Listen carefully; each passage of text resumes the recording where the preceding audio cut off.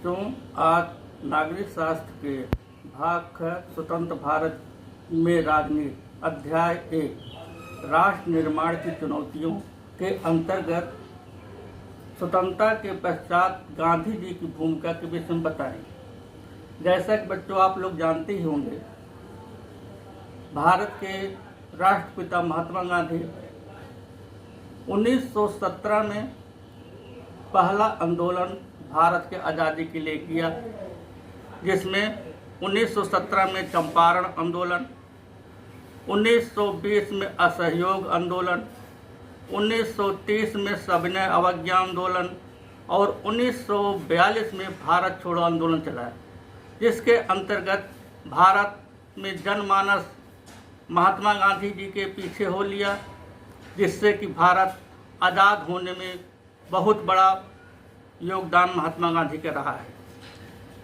स्वतंत्रता के पश्चात गांधी जी की भूमिका कि स्वतंत्रता के पश्चात गांधी जी क्या भूमिका थी। 15 अगस्त 1947 को भारत आज़ाद हुआ। उसके बाद भारत में आज़ादी के बाद सांप्रदायिक दंगे फैलने लगे। पूरे भारत में जश्न का माहौल था, लेकिन महात्मा गांधी हिंदू मुस्लिम जो राइट चल रहा था, सांप्रदायिक दंगे चल रहे थे, उसको सुलझाने के लिए, उसको समाप्त करने के लिए और भारत में शांति व्यवस्था स्थापित करने के लिए वह कलकत्ता में हिंदू मुस्लिम एकता के लिए वहाँ पर आंदोलन चला रहे थे, शांति व्यवस्था जिससे बन सके। जिसके कारण से हिंदू मुस्लिम की एकता बनाए रखने के लिए उन्होंने कलकत्ता में उपवास पर बैठ गए, जिसके अंतर्गत जो प्रभाव पड़ा भारत पर, उसके अंतर्गत देश में सांप्रदायिक तनाव में कमी आई, इससे देश में शांति व्यवस्था बनी।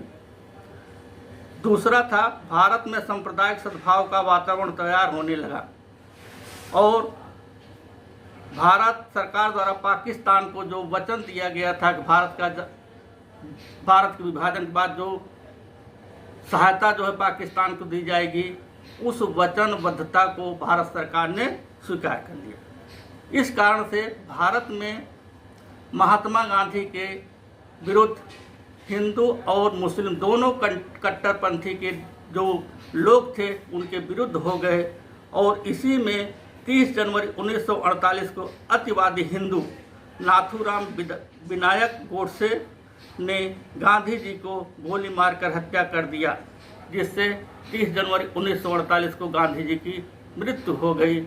और महात्मा गांधी के योगदान के कारण ही भारत आज संपूर्ण विश्व में शांति व्यवस्था या शांति का देश माना जाने लगा। धन्यवाद।